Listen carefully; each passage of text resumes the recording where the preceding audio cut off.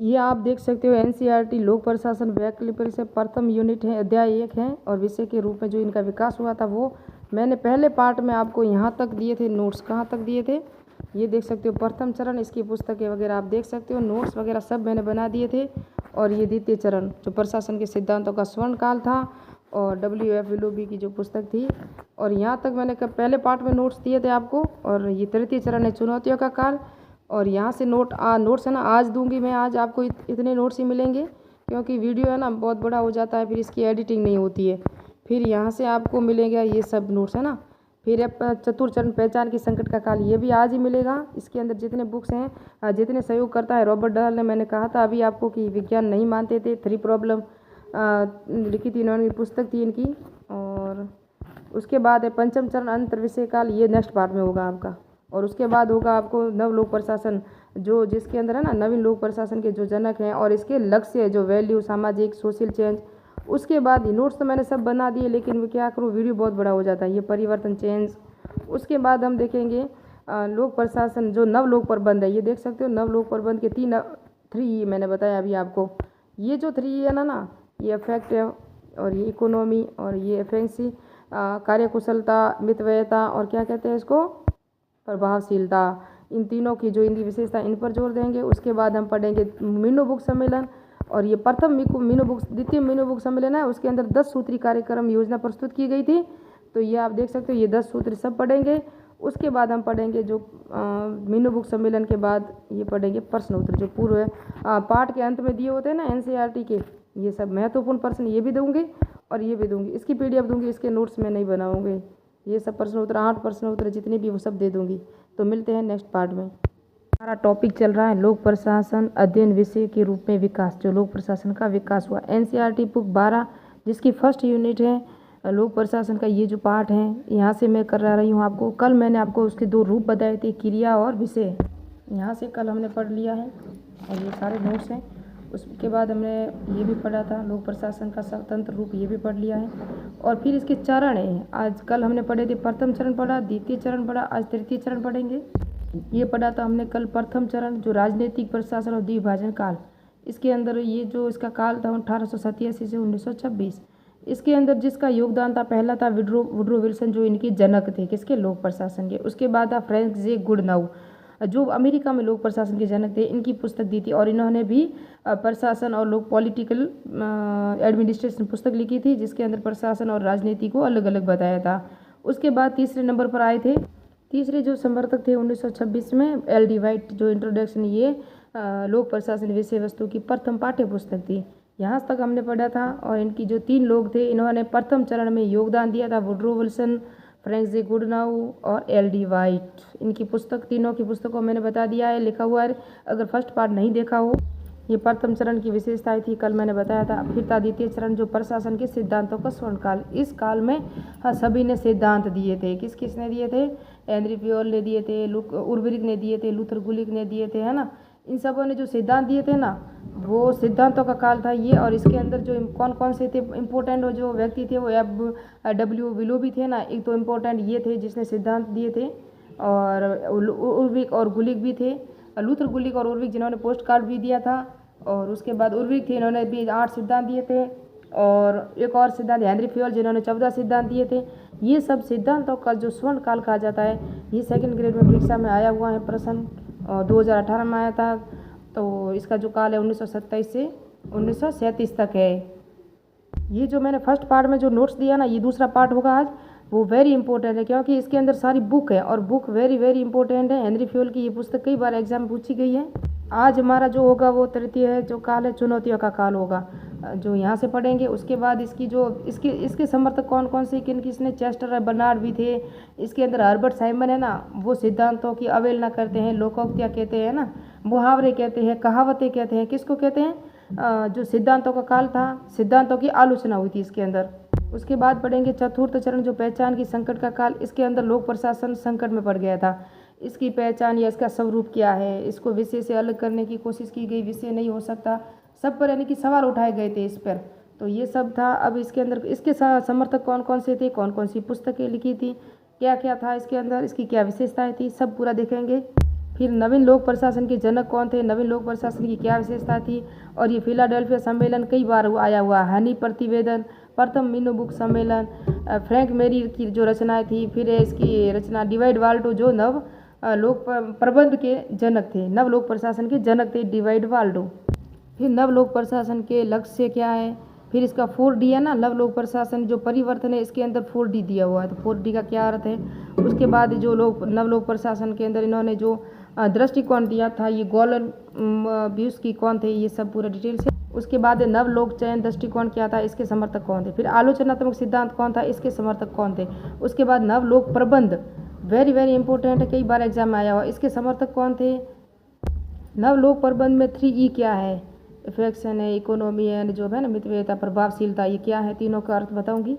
तो ये नोट्स मैंने कहाँ से बनाए, कहाँ तक बनाए, NCERT का जो फर्स्ट यूनिट है 12 क्लास की पब्लिक एडमिनिस्ट्रेशन, तो वहाँ से है पूरा, वो भी PDF अभी इस यहाँ मैं थोड़ी सी 30-40 सेकंड की वो भी लगा दूंगी, वो भी देख लेना मैंने नोट्स कहाँ से बनाए और कहाँ तक बनाए हैं। फिर लास्ट में क्या क्या देना है आपको, तो ये है तृतीय काल और चतुर्थ काल ही बताऊंगी, क्योंकि वीडियो बड़ा हो जाता है ना तो उसकी क्वालिटी अच्छी नहीं आती है, मेरा फ़ोन की जो मेमोरी है ना वो बिल्कुल कम है।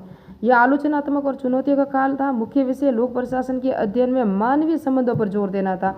यहाँ तक जब द्वितीय चरण था ना, वो कौन सा था, सिद्धांतों का स्वर्ण काल, उसके अंदर उसको विज्ञान मानने पर बहुत जोर दिया गया था कि विज्ञान है, ये सिद्धांतों दिए गए, नियम दिए गए।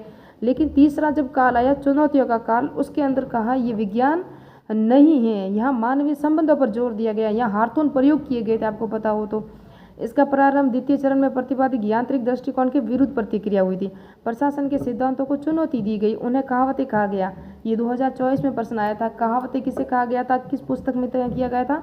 तो इसके जो समर्थक थे, पहले सर्वाधिक महत्वपूर्ण योगदान हार्थोन प्रयोग रहे थे यहाँ। फिर 1938 में चेस्टर बर्नार्ड की पुस्तक थी the functional in the executive, जो प्रकाशित हुई।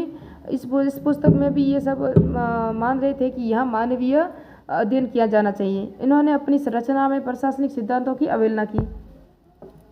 तो चेस्टर बर्नार्ड ने जो पुस्तक लिखी, इसके अंदर भी इन्होंने सिद्धांतों की अवहेलना की थी, जो सिद्धांत नहीं मानते थे। बर्नार्ड वे प्रथम व्यक्ति है जिन्होंने संगठन को एक सामाजिक व्यवस्था के रूप में देखा। प्रशासनिक प्रक्रियाओं पर मानवीय तत्वों को प्रभावी को विश्लेषण करने का प्रयास किया। इन्होंने कहा कि विज्ञान नहीं है, मानवीय तत्वों को महत्वपूर्ण माना इन्होंने। सन 1945 में हर्बर्ट साइमन की पुस्तक एडमिनिस्ट्रेटिव बिहेवियर, यानी कि प्रशासन का जो व्यवहार है ना, व्यवहारिक प्रशासन या प्रशासन का व्यवहार में इन्होंने कहा प्रशासन के सिद्धांत के नाम से की कोई चीज़ नहीं है। इस पुस्तक में इन्होंने एक भी सिद्धांत का व्याख्या या वर्णन नहीं किया। इस पुस्तक में हर्बर्ट साइमन थे, ये 2015 में आया, फिर 2024 में भी ये प्रश्न आया, ये देख सकते हो। 1947 में रॉबर्ट डहल ने अपने लेख the science of public administration 3 problem में भी लोक प्रशासन को विज्ञान नहीं माना। ये कहते हैं लोक प्रशासन विज्ञान नहीं है, क्योंकि द्वितीय चरण जो सिद्धांतों का काल था, वहाँ लोक प्रशासन को सब अपने सिद्धांत देके विज्ञान बनाने की कोशिश कर रहे थे, लेकिन इसको पूर्णता से ही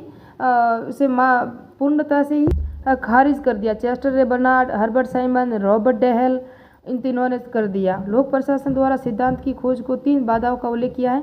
ये NCERT के पॉइंट है ना, सब इसलिए इंपॉर्टेंट है, याद रखना। तो विज्ञान मूल्य होता है, मूल्य शून्य होता है, जबकि प्रशासन मूल्य बहुलता होता है। विज्ञान और प्रशासन के अंदर इन्होंने ये भेद बताया कि लोक प्रशासन विज्ञान नहीं है। इस आधार पर इन्होंने कहा मनुष्यों में व्यक्तित्व अलग अलग होता है, जबकि प्रशासन में कार्यों की भिन्नता अलग आ जाती हैं। सीमित राष्ट्रीय और ऐतिहासिक होता है या सार्वभौमिक सिद्धांतों का निर्माण किया जाता है प्रशासन में। यहाँ भी लोक प्रशासन और प्रशासन को अलग करने के लिए ये सब। अब चतुर्थ चरण है, तो द्वितीय चरण में किस किसने योगदान दिया था, पहले दिया चेस्टर और बर्नार्ड ने, फिर दिया हर्बर्ट साइमन ने, फिर दिया रॉबर्ट डहल, ये 3 थे। और प्रोवर्ब्स, ये जो हर्बर्ट साइमन है ना, एक और इसकी पुस्तक थी, मैंने शायद लिखा है नहीं, आपको मैं बता दूँ वो पुस्तक कौन सी थी।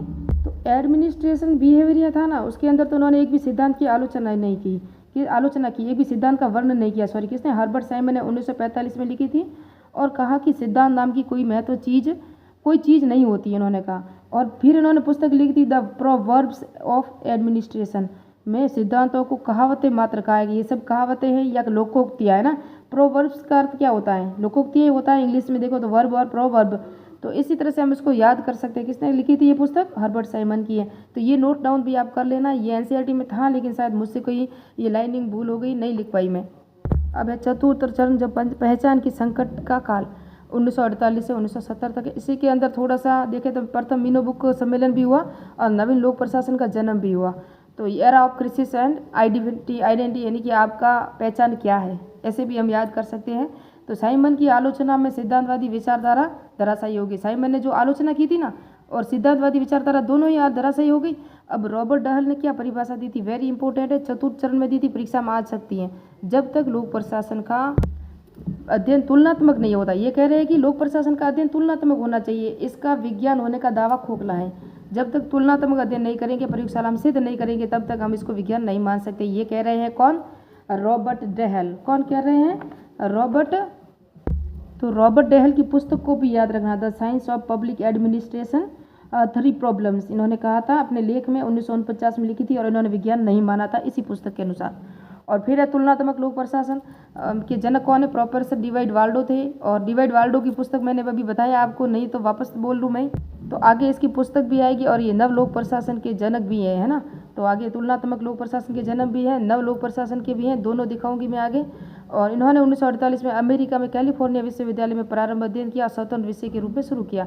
ये जो है ना, इसकी स्थापना हुई थी कंपैरेटिव एडमिनिस्ट्रेशन ग्रुप की स्थापना 1968 में अमेरिका सोसाइटी के पब्लिक एडमिनिस्ट्रेशन में हुई थी। और इसी चरण में मार्च और साइमन ने, ये द्वितीय चरण है ना, चतुर्थ चरण में ऑर्गेनाइजेशन पुस्तक लिखी थी। फिर मार्च ने हैंड बुक ऑफ ऑर्गेनाइजेशन पुस्तक लिखी थी, ये पुस्तकों को याद रखना।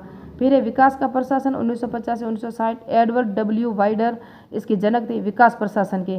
विकास प्रशासन को कार्योन्मुख और लक्ष्योन्मुख से परिभाषित किया था एडवर्ड डब्ल्यू वाइडर ने हैं। और विकास प्रशासन नामक शब्द का सर्वप्रथम प्रयोग भारतीय प्रशासक UL गोस्वामी ने अपने लेख the structure of public administration in India में, जो India journal of public administration 1955 जो पत्रिका थी उसके अंदर प्रकाशित हुआ था। विकास प्रशासन के विश्व के जनक कौन थे, विश्व में जो पितामह कहे जाते हैं वो है जॉर्ज ग्रांट। कौन है, जॉर्ज ग्रांट है, जिनका नाम टेनिस वैली परियोजना से जुड़ा है। इनकी पुस्तक है विकास प्रशासन, वेरी इंपॉर्टेंट है। विकास प्रशासन अवधारणा, लक्ष्य और पद्धति 1979 में प्रकाशित हुई थी। इसका इंग्लिश वर्जन है, इंग्लिश शब्द से याद करोगे तो आराम से याद रहता है। जैसे कि विकास प्रशासन, विकास को डेवलपमेंट कहते हैं, प्रशासन को एडमिनिस्ट्रेशन कहते हैं। तो इन्होंने जो इनका जो इंग्लिश नाम है वो है development administration concept goals and method, यानी कि अवधारणा, गोल यानी लक्ष्य, मेथड यानी अवधारणा और पद्धति, है ना, इसे कहते हैं कॉन्सेप्ट यानी अवधारणा है ना, पद्धति वगैरह। कॉन्सेप्ट यानी कि आपका जो टॉपिक वगैरह क्या है आपका पूरा होना चाहिए। तो ऐसे इंग्लिश में याद करोगे तो आराम से याद रह जाएगा। डेवलपमेंट एडमिनिस्ट्रेशन यानी कि विकास प्रशासन की पुस्तक जॉर्ज ग्रांट ने लिखी थी। विकास प्रशासन को स्पष्ट करने वाले ये सब इनके समर्थक थे। और उसके बाद हम देखें आगे, और इनका एक मत विकास प्रशासन का तात्पर्य सामाजिक अर्थतंत्र और योजनाबद्ध परिवर्तन है, इसका अर्थ पंचम चरण है। उसके बाद अब नेक्स्ट में हम पढ़ेंगे, क्योंकि वीडियो बहुत बड़ा हो रहा है और मेरा एडिट नहीं होगा अच्छा से, आपको दिखेगा नहीं, तो 5वां चरण पढ़ेंगे नेक्स्ट पार्ट में। दूसरा पार्ट है, तीसरा पार्ट भी आएगा और इस NCERT की यूनिट पूरी होगी 2-3 पार्ट में, पूरा का पूरा पार्ट मैं आपको नोट्स के रूप में दे रही हूँ। तो मिलते हैं नेक्स्ट पार्ट में, नेक्स्ट वीडियो में। जय हिंद, जय भारत।